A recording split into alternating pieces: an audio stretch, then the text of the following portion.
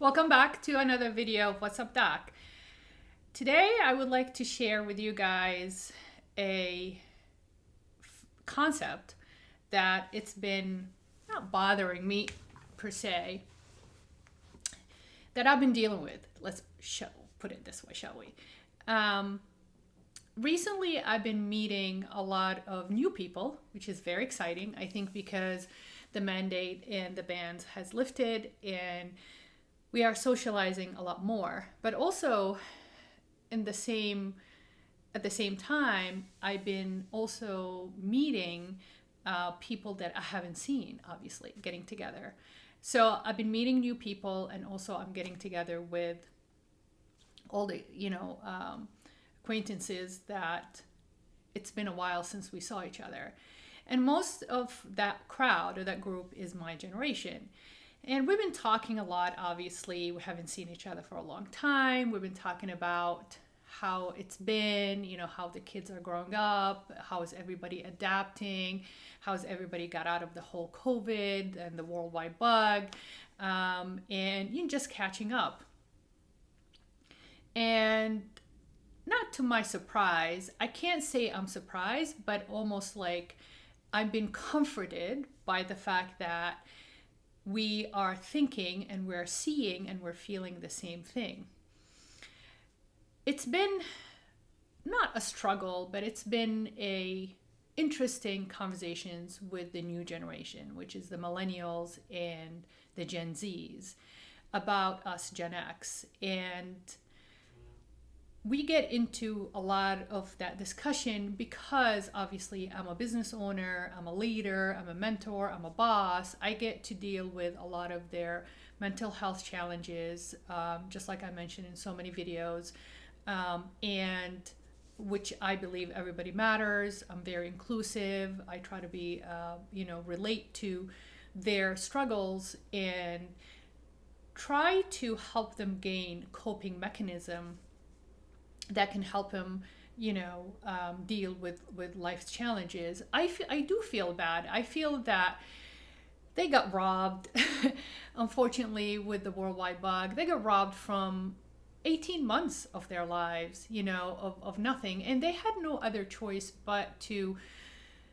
stick with social media. Although social media helped them stay connected and help them, find a relatable subjects to talk about or discuss, and so they don't feel like they were alone. But as we know, just like everything else, on the other hand, there's the downfall of some of them really got addicted to TikTok and YouTube like 3-4 hours a day and that's not healthy. So I am Gen X. I'm 53 years old, and for some reason, they look at us for reassurance. They look at us for,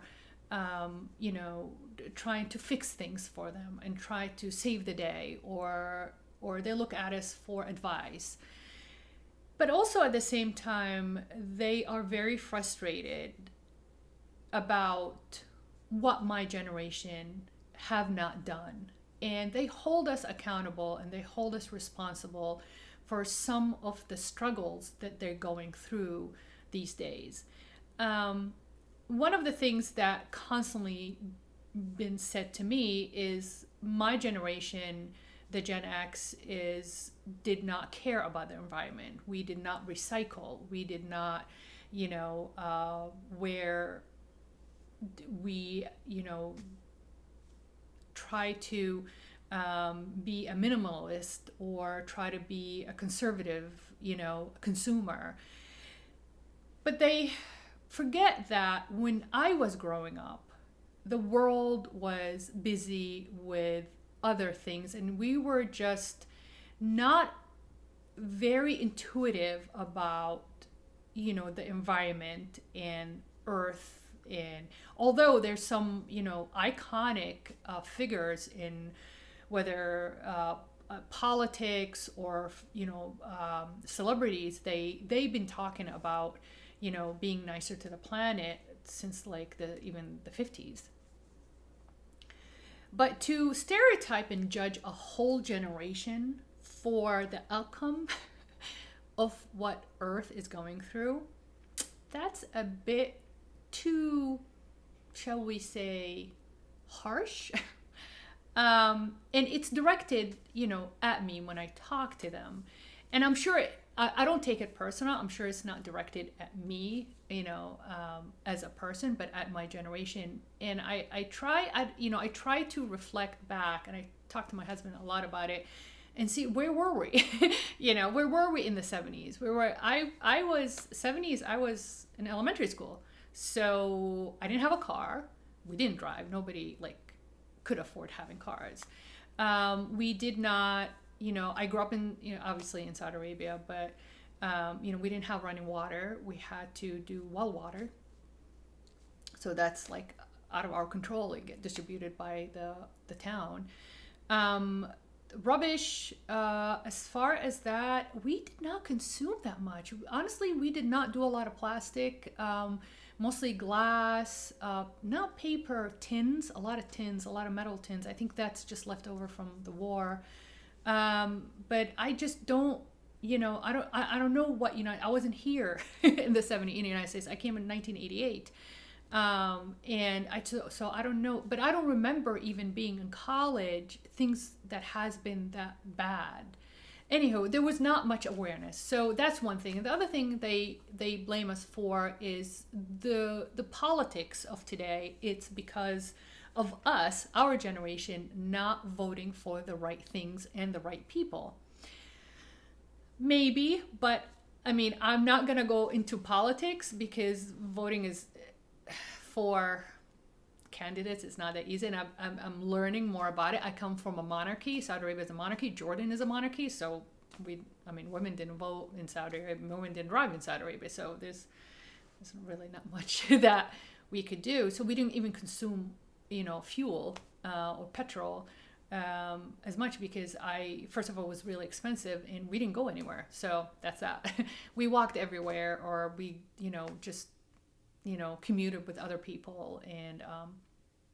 And if we couldn't use even public transportation, we didn't go anywhere. So, but anyways, coming in the United States, I've been here since 1988, but I didn't get to vote until I became American citizen, which is in 92, 93. Yeah, I've been voting, but it's, the best we can. But it's not that straightforward, So that's, again, one thing that I'm not trying to find excuses, and I'm not trying to sit ourselves as a victim. I'm just trying to logically break it down into why, and I get it. They are frustrated. They are angry. They are the young professionals right now. They are in the family way, and they want to make sure that their kids have a brighter future than they did. But I don't understand why their life wasn't that great. In the 90s, things were not that bad. But the other thing they blame us for is there's no jobs because we took all the jobs.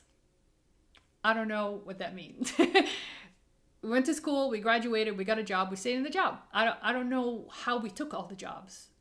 I don't get that part. So I'm just confused again because I came to the States in 1988. So I never really heard that kind of argument from anybody else, even in the 90s, that, oh, we're going to take all the jobs and there would be no jobs left for the millennials.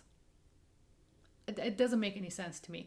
But anyways, the merit of this video is I don't know, why we are being spoken to that way and being blamed for things that could have not be in anybody's control. I'm saying? You cannot make a general statement, a blanket statement that it was our fault. It's because of us. The life is difficult. Because of us, they have those challenges. It's because of us, life is not that easy. It's because of us, they have limited resources. Because of us, Earth is boiling or being damaged. Or I don't think those are very good points, and good, definitely issues that the whole world is going through it. But is it because they have nobody else or nothing else to blame it on except for us? or it's because they're having a hard time comparing themselves with our generation and having a hard time coping with life. So they have to find, it's like, oh, it's your fault, that kind of thing, which is an approach and a style that I never really, adapted, or I don't discuss things that way. You know what I'm saying? Like, I get data first before I, accuse somebody or a generation of the miseries that I'm going through, so anyways, so I thought I'll share that. It's frustrating and it's sad at the same time. We feel like we've been, my generation and everybody I talk to, they have, the majority of the people, and I talk to a lot of people, thousands and thousands of people every single year, and they have exactly, they share the same feeling about how they've been approached and how they've been perceived as my generation, Gen X.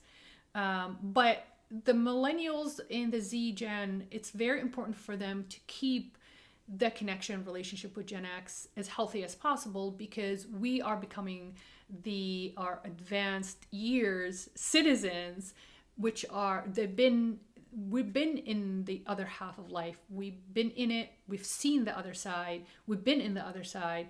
And all we can do is give them as much knowledge and help and experience as possible to help them get through life. And I hope they understand that. I think that's with a misunderstanding. We're being seen as, oh, we don't care. And we look at it as like, we do really care, but we're trying to teach you something. But they're so immersed with all life challenges, and like I said, it's just the mental health, stress and anxiety. It's so bad. But anyways, I hope this was interesting, and please leave a comment below. But all the feedback I get is from the patient, because our practice is so busy. And anywho, thank you for watching, and I'll catch you on the next video.